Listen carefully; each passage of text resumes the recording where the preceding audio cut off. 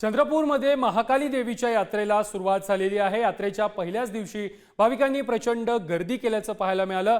गुरुवारी घटस्थापनेनंतर चांदागडच्या या यात्रेला सुरुवात झालेली आहे। माता महाकालीचा जय जयकार करत राज्याच्या कानाकोपऱ्यातून लाखो भाविक या ठिकाणी पोहोचलेले आहेत। महिन्याभरापासून या यात्रेची तयारी सुरू होती आणि ही यात्रा सध्या सुरू झालेली आहे।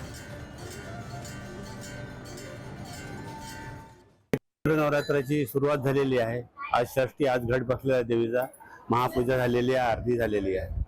त्याचप्रमाणे या ठिकाणी मराठवाडा, आंध्र जलगतचे लोक, मराठवाड्याचे जास्ती भाव प्रमाणात येतात। आखरी नवरात्राचा आखरी दिवस म्हटलं तर चैत्र पौर्णिमा हनुमान जयंतीला आपला महाअभिषेक होता, त्यानंतर आरती होते, त्यानंतर घट उठते, अशी या नवरात्राची समाप्ती होते।